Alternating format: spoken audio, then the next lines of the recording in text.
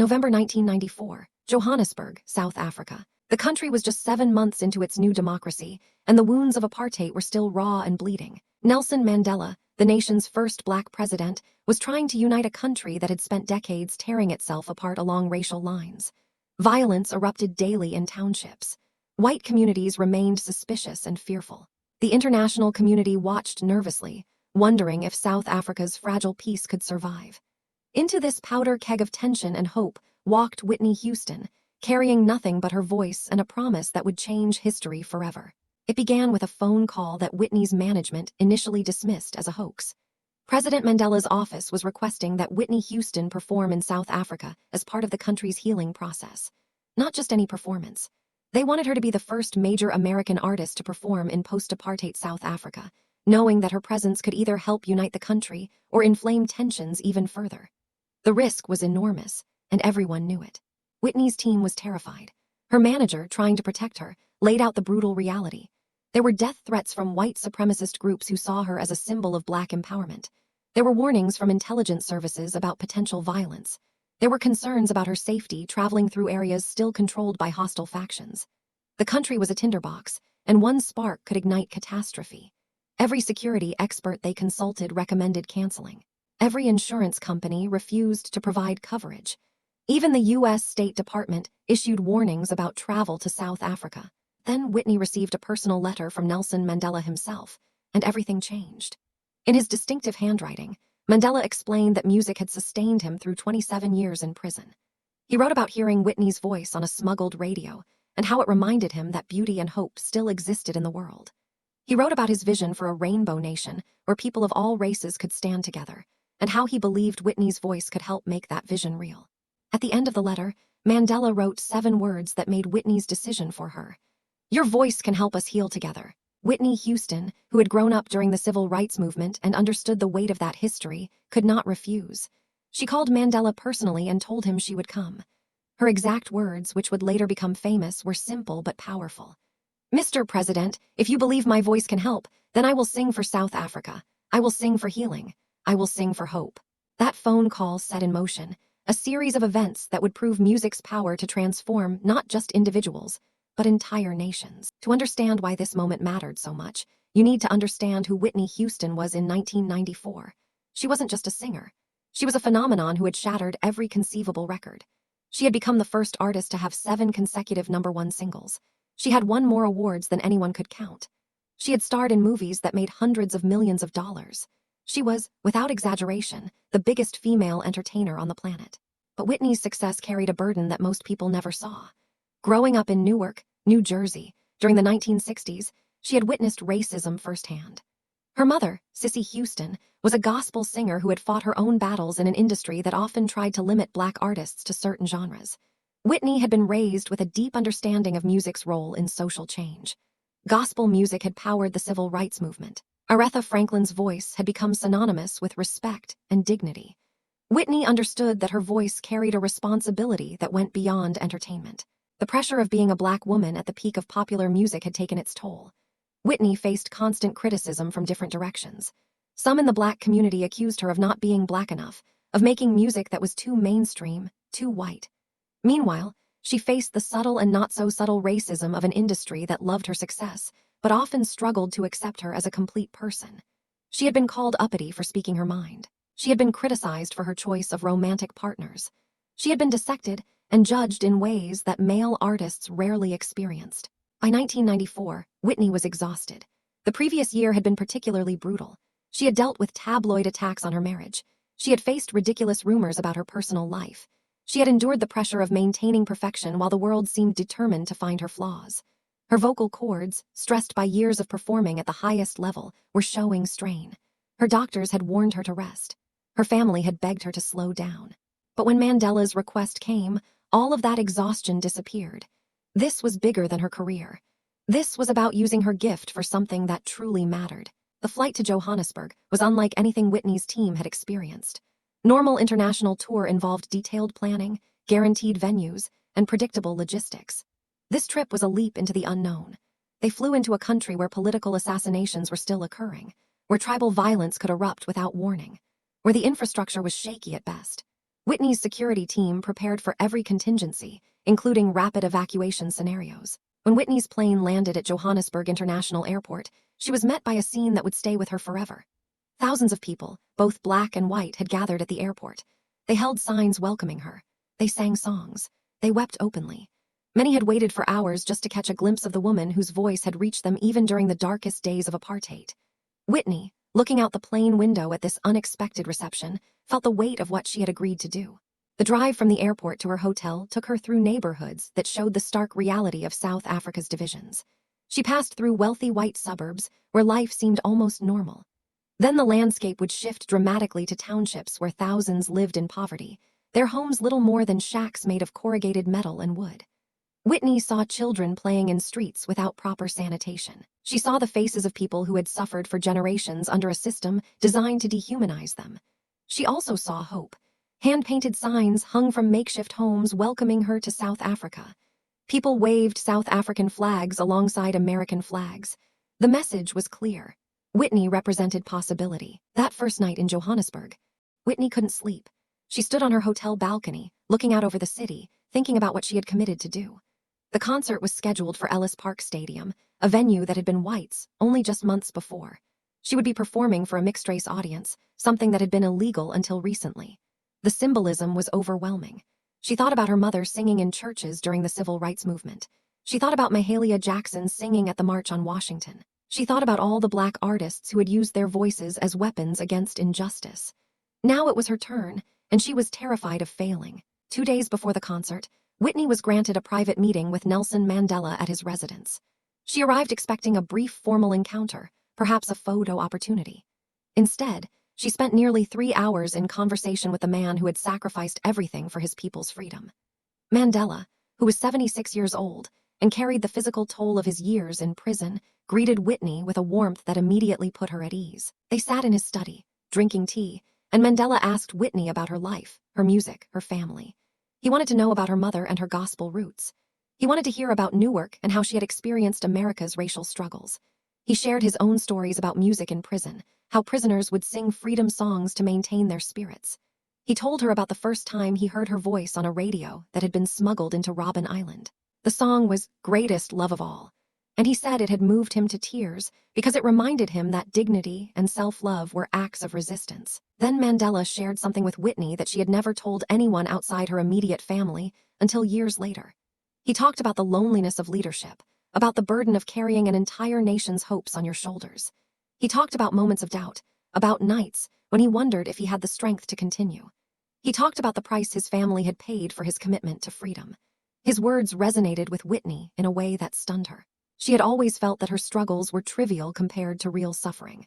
But Mandela helped her understand that pain is pain, pressure is pressure, and that her battle to maintain her humanity in the face of fame and expectation was just as real as any other struggle. What Mandela said next would change how Whitney approached not just the concert but the rest of her career. He told her that healing doesn't come from perfection. It comes from authenticity. He explained that South Africans didn't need Whitney Houston, the superstar. They needed Whitney, the human being, with all her vulnerability and strength.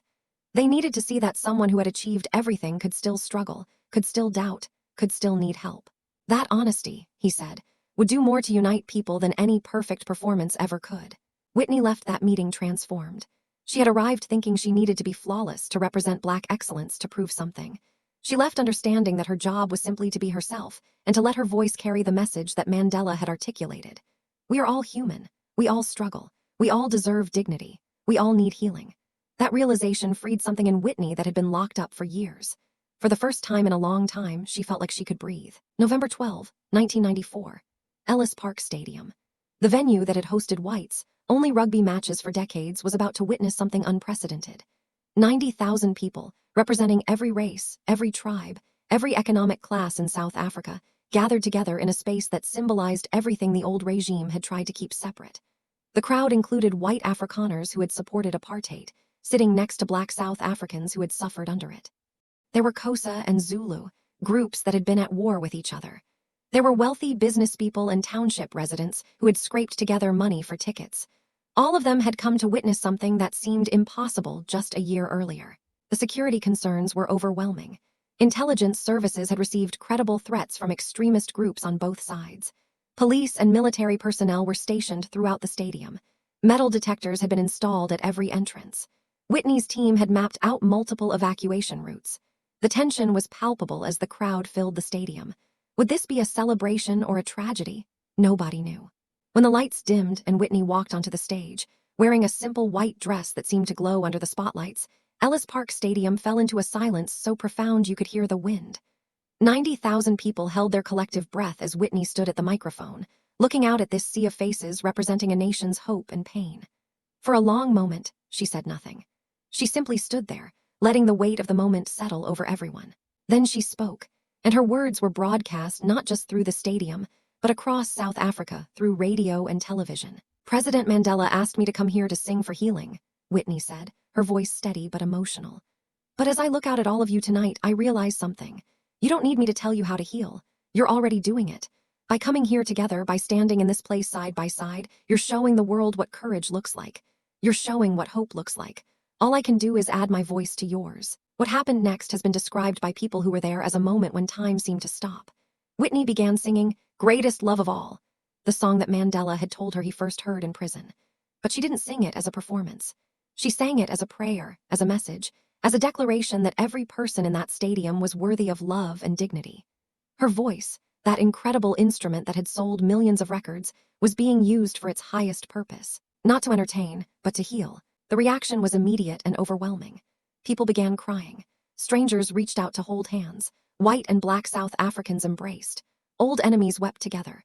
The power of Whitney's voice, combined with the emotional release of a nation finally allowed to be human together, created something that transcended music. This was collective healing happening in real time. This was what Mandela had envisioned when he wrote that letter. This was why Whitney had risked everything to be there. Halfway through the concert, something unexpected happened. Whitney had just finished performing "I Will Always Love You," and the crowd was still reeling from the emotional impact. Then, from somewhere in the stadium, a commotion began. Security teams tensed. Whitney's band stopped playing. Everyone feared the worst. Had the threatened violence finally erupted? Was someone attacking? The crowd noise grew louder, but it wasn't panic. It was something else entirely. President Nelson Mandela had arrived at the stadium unannounced.